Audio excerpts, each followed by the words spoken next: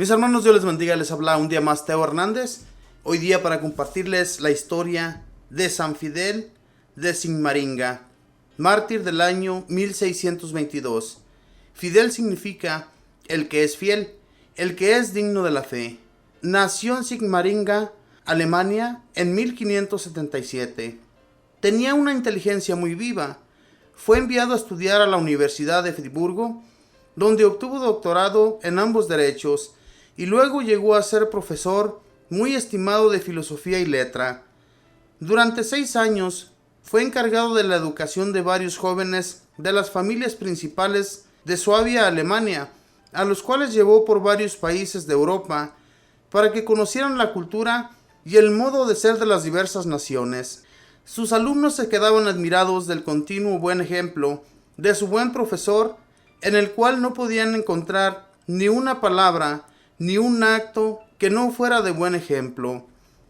Lo que los otros gastaban en chucherías, él lo gastaba en dar limosna. Como abogado, Fidel se dedicó a defender gratuitamente a los pobres que no tenían con qué costearse un defensor. Su generosidad era tan grande que la gente lo llamaba el abogado de los pobres. Ya desde joven renunciaba a conseguir y a estrenar trajes nuevos, y el dinero que con eso ahorraba lo repartía entre la gente más necesitada. Jamás en su vida de estudiante ni en sus años de profesional tomó licor, ni nadie lo vio en reuniones mundanas o que ofrecieran peligro para la virtud. Sus compañeros de abogacía se admiraban de que este sabio doctor nunca empleara palabras ofensivas en los peritos que sostenía, y sus contrarios sí las usaban, y muy terribles. Un día el abogado contrario a un pleito le ofreció en secreto una gran cantidad de dinero, con tal de que arreglaran los dos en privado y se le diera la victoria al rico que había cometido la injusticia. Fidel se quedó aterrado al constatar lo fácil que es para un abogado el prestarse a trampas y vender su alma a Satanás por unas monedas, como lo hizo Judas, y dispuso dejar la abogacía y entrar de religioso capuchino. Tenía 35 años. Dividió sus importantes riquezas en 2 partes. La mitad la repartió a los pobres y la otra mitad se la dio al señor obispo para que hiciera un fondo para costear los estudios a seminaristas pobres. Con razón le pusieron después esta leyenda debajo de su retrato: Santo es Fidel y abogado, obra del poder divino. Mucho le costó ser capuchino y morir después martirizado. Habiendo sido tan rico y tan lleno de comodidades, se fue a vivir como el más humilde y pobre fraile capuchino. Le pedía constantemente a Dios que lo librara de la tibieza, ese vicio que lo hace a uno vivir sin fervor, ni frío ni caliente, descuidando en sus deberes religiosos y flojo, para hacer obras buenas, y le suplicaba a nuestro Señor que no lo dejara perder el tiempo en inutilidades y que lo empleara hasta lo máximo en propagar el reino de Dios. Le gustaba repetir la famosa frase de San Bernardo: sería una vergüenza que siendo coronado de espinas mi capitán Jesucristo, en cambio yo soy un soldado que viviera entre comodidades y sin hacer sacrificios. En Friburgo consiguió la conversión de muchos protestantes. La gente se quedó admirada cuando llegó la peste del cólera, pues se dedicaba de día y de noche a asistir gratuitamente a los enfermos que podía. Su austeridad o dominio de sí mismo era impresionante. Su fervor en la oración y en la Santa Misa conmovía a los que lo acompañaban.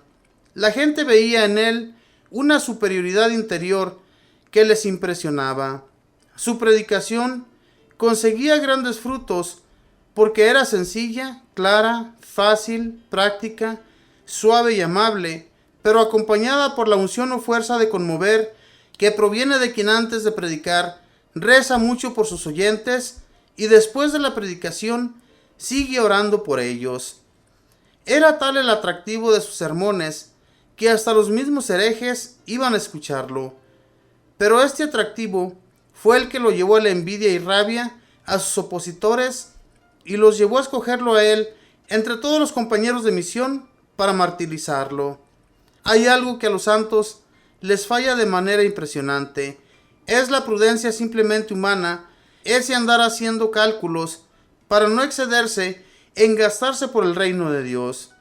Los santos no se miden. Ellos se enamoran de Cristo y de su religión y no se dedican a darse cuentagotas, sino que se entregan totalmente a la misión que Dios les ha confiado. Y esto le sucedió a Fidel. Cada poco le llegaban tarjetas como esta. Recuerde que está predicando en tierra donde hay muchos protestantes, evangélicos, calvistas y demás herejes. No hable tan claro en favor de la religión católica, si es que quiere seguir comiendo tranquilamente su sopa entre nosotros.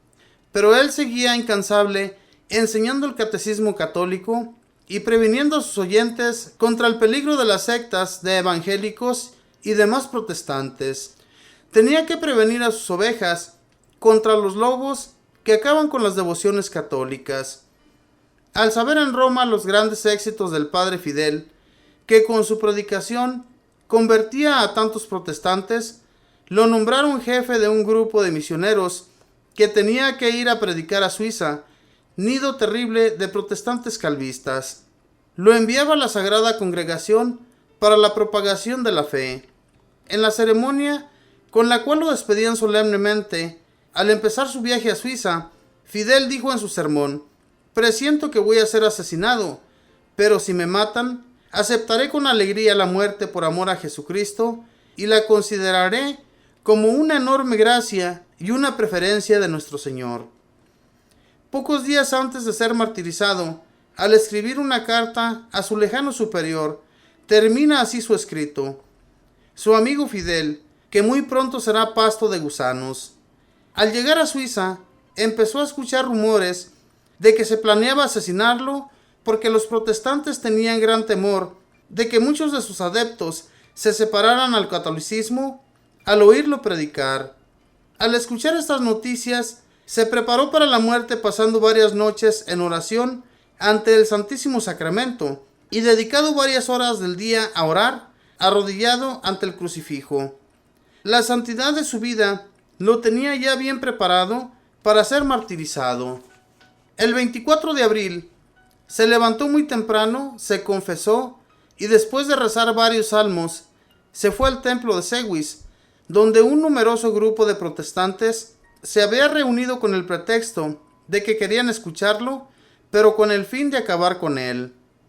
Al subir al sitio del predicador, encontró allí un papel que decía: «Este será su último sermón.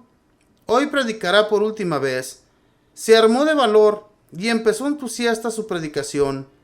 El tema de su sermón fue esta frase de San Pablo: «Una sola fe, un solo Señor, un solo bautismo». Efesios 4:5. Y explicó brillantemente cómo la verdadera fe es la que enseñan los católicos y el único Señor es Jesucristo, y que no hay varios bautismos como enseñan los protestantes que mandan bautizar a las gentes. Aquellos herejes temblaban de furia en su interior y uno de los oyentes le disparó un tiro, pero equivocó la puntería. Fidel bajó del sitio desde donde predicaba y, sintiendo que le llegaba el fin, se arrodilló por unos momentos ante una imagen de la Santísima Virgen. Quedó como en éxtasis por unos minutos y luego salió por una pequeña puerta por la sacristía detrás del templo. Los herejes lo siguieron a través del pueblo, gritándole: «Renuncia a lo que dijo hoy en el sermón o lo matamos». Él respondió valientemente: «He venido para predicar la verdadera fe y no para aceptar falsas creencias. Jamás renunciaré a la fe de mis antepasados católicos». Aquel grupo de herejes, dirigidos por un pastor protestante, le gritaba: «O acepta nuestras ideas o lo matamos». Él les contestó: «Ustedes verán lo que hacen. Yo me pongo en las manos de Dios y en la protección de la Santísima Virgen. Pero piensen bien lo que van a hacer, no sea que después tengan que arrepentirse muy amargamente». Entonces lo atacaron con palos y machetes y lo derribaron por el suelo, entre un charco de sangre. Poco antes de morir, alcanzó a decir: «Padre, perdónalos». Era el 24 de abril del año 1622. Dios demostró la santidad de su mártir, obrando maravillosos milagros junto a su sepulcro.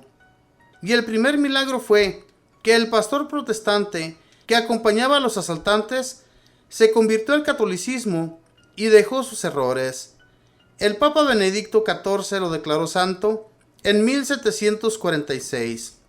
San Fidel mártir, te encomendamos nuestros países tan plagados de protestantes, evangélicos, testigos de Jehová, mormones, etc., que le van quitando la devoción a nuestra gente y la van llevando a la indiferencia y a la herejía.